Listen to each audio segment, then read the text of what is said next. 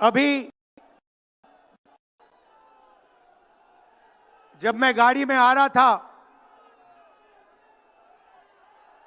तो गाड़ी में मुझे बताया कि अंडमान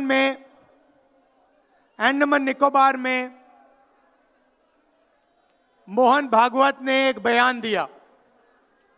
मेरा भाषण का प्लान दूसरा था, मगर जब मैंने उनका बयान सुना तो मैंने अपना पूरा प्लान बदल दिया, भाषण का प्लान। गांधी जी कहते थे कि सत्य सबसे जरूरी चीज है। हमारे धर्म में सत्य को सबसे जरूरी माना जाता है। आपने सुना होगा सत्यम शिवम सुंदरम, सुना है? हमारे धर्म में कहा जाता है सत्यम शिवम सुंदरम। आपने सत्यमेव जयते भी सुना होगा, सुना है? अरे भाई, कांग्रेस के कार्यकर्ता हो, सुना है? अब मोहन भागवत का बयान सुनिए। विश्व सत्य को नहीं, शक्ति को देखता है। जिसके पास शक्ति है उसे माना जाता है।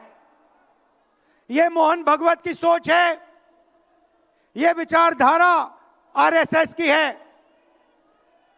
हमारी विचारधारा, हिंदुस्तान की विचारधारा, हिंदू धर्म की विचारधारा, दुनिया के हर धर्म की विचारधारा कहती है कि सत्य सबसे जरूरी है। और भगवत कहता है सत्य का कोई मतलब नहीं है, सत्ता जरूरी है। इस बात की लड़ाई हो रही है हिंदुस्तान में। भाई और बहनों, सत्य और असत्य के बीच में लड़ाई हो रही है। और मैं आपको इस स्टेज से गारंटी देके कहता हूं, आप देखना, हम सत्य को लेकर, सत्य के पीछे खड़े होकर नरेंद्र मोदी और अमित शाह को, आरएसएस की सरकार को हिंदुस्तान से हटाएंगे। उनके पास सत्ता है, वो वोट चोरी करते हैं। देखिए, आपके सामने पड़ा है, वो वोट चोरी करते हैं। 10,000 रुपए चुनाव के समय, चुनाव हो रहा है, 10,000 रुपए वो देते हैं। उनके इलेक्शन कमिश्नर हैं, जिनके नाम अभी प्रियंका जी ने लिए, मैं भी ले लेता हूं। नहीं है? Gyanesh Kumar, doctor Sukhbir Singh Sandhu, doctor Vivek Joshi. याद रखिए, ज्ञानेश कुमार, सुखबीर सिंह सांधू, विवेक जोशी। ये जो सत्य और असत्य की लड़ाई हो रही है, इलेक्शन कमीशन बीजेपी के सरकार के साथ मिलकर काम कर रहा है। और इनको जितनी भी इम्यूनिटी देनी है दे दो। नरेंद्र मोदी जी ने इलेक्शन कमिश्नर्स के लिए कानून बदला, नया कानून लाए, कहा कि इलेक्शन कमिश्नर कुछ भी करे, उन पर एक्शन नहीं लिया जा सकता है, उन पर कार्रवाई नहीं ली जा सकती है। मैं स्टेज से आपको कह रहा हूं, कांग्रेस पार्टी आपको कह रही है, आप मत भूलिए, आप हिंदुस्तान के इलेक्शन कमिश्नर हो, आप नरेंद्र मोदी के इलेक्शन कमिश्नर नहीं हो। और हम आपको साफ कह रहे हैं, यह जो कानून बना है, आपकी रक्षा करने के लिए कानून बना है। इस कानून को हम बदलेंगे, रेट्रोएक्टिवली बदलेंगे और आपके खिलाफ एक्शन लेंगे, क्योंकि हम सच्चाई की लड़ाई लड़ रहे हैं और आप असत्य के साथ खड़े हो। भाइयों और बहनों, हरियाणा से यहां लोग आए हैं, हाथ दिखाइए। ये देखिए, हरियाणा से आए हैं। इनके हाथों से चुनाव चोरी किया गया है। ब्राजील की महिला 22 बार हरियाणा की वोटिंग लिस्ट में दिखाई देती है। एक पोलिंग बूथ में एक महिला 200 बार आती है। बीजेपी के नेता यूपी से आकर हरियाणा में वोट करते हैं। उधर भी उनका वोट है, इधर भी उनका वोट है। लाखों डुप्लीकेट वोटर हैं। मैंने प्रेस कॉन्फ्रेंस किया और ये जो 3 शख्स हैं, ज्ञानेश कुमार, सुखबीर सिंह सांधू, विवेक जोशी, इन्होंने कोई जवाब नहीं दिया। हमने एलिगेशन किया, हमने उनसे सवाल पूछा, आप हमें समझाइए ब्राजील की महिला कैसे वोटर लिस्ट पे, एक महिला 200 बार क्यों आती है? एक घर में 500, 600, 700 वोटर क्यों मिलते हैं? उत्तर प्रदेश से बीजेपी के नेता हरियाणा में वोट क्यों डालते हैं? कोई जवाब नहीं मिला। और पार्लियामेंट हाउस में कुछ ही दिन पहले कांपते हुए, ऐसे हाथ कांप रहे थे, अमित शाह जी उनकी सफाई देते हैं। आपने देखा होगा, देखा? मैंने उनको सीधा चैलेंज किया कि आइए पार्लियामेंट में, आपने मेरी प्रेस कॉन्फ्रेंस की बात की, आइए डिबेट करते हैं, देश को दिखाते हैं सच कौन बोल रहा है। ये आप भूलिए मत, ये देश सच का देश है, सत्य का देश है। आपके पास सत्ता आज है, आप पावर में हैं, इसका कोई मतलब नहीं है। देश की जनता सत्य को समझती है, सत्य के लिए लड़ती है। यह देश सत्य के लिए जान दिया है। आपने देखा अमित शाह को, हाथ देखा अमित शाह का, हाथ देखा कांपते हुए ऐसे देखा? क्यों हाथ क्यों कांप रहा था? मैं बताता हूं। क्योंकि ये बहादुर जब ही हैं जब इनके हाथ में सत्ता है। जैसे ही इनके साथ से सत्ता निकलेगी, आप देखना इनकी बहादुरी कहां जाएगी।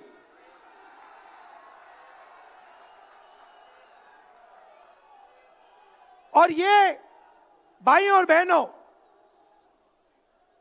ये 2-3 अरबपतियों के लिए काम करते हैं। ये जो सारे के सारे कागज के ढेर हैं, ये जो सिग्नेचर्स हैं, ये कहां से आए? ये देश की जनता से आए। देश के कोने कोने में नारा चला है, वोट चोर, वोट चोर। तो ये देश की सच्चाई है। ये 6 साल का बच्चा, 90 साल का बुजुर्ग, ये सब जानते हैं कि नरेंद्र मोदी, अमित शाह वोट चोरी करके चुनाव जीतते हैं। कर्नाटक में हमने दिखाया लोकसभाएं चोरी की गई, महाराष्ट्र में दिखाया वोटर डिलीशन हुआ, वोटर एडिशन हुआ, लाखों वोट इधर से गायब हो जाते हैं। महाराष्ट्र में लाखों वोट ऐड हो जाते हैं। हम इलेक्शन कमीशन से पूछते हैं, कोई जवाब नहीं मिलता। मगर शायद टाइम लगे, देखिए शायद टाइम लगे, मगर हिंदुस्तान में सत्य की जीत होने वाली है। और अमित शाह जी, मोदी जी, जितने भी आपको भाषण देने हैं आप दे दीजिए। अंत में इस देश में सत्य की जीत होती है। महात्मा गांधी ने हमें रास्ता दिखाया था, उस रास्ते पर हम चलते हैं और सत्य से आपको निकालेंगे। नफरत से नहीं, हिंसा से नहीं, सत्य और अहिंसा के साथ हम नरेंद्र मोदी और अमित शाह को हरा के दिखाएंगे। देखिए, आपने देखा होगा, मैंने अमित शाह की बात की, मगर आप मोदी जी का चेहरा देखिए, अच्छी तरह देखिए। जो मेरी बहन ने कहा, मोदी जी की कॉन्फिडेंस खत्म हो गई है। आपने देखा? वो भी जानते हैं कि हमारी वोट चोरी पकड़ी गई है और अब बस थोड़ा सा समय बचा है,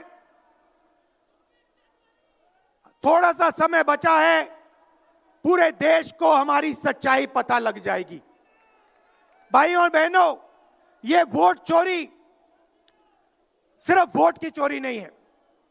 सबसे पहले ये इस संविधान पर, अंबेडकर जी के संविधान पर आक्रमण है।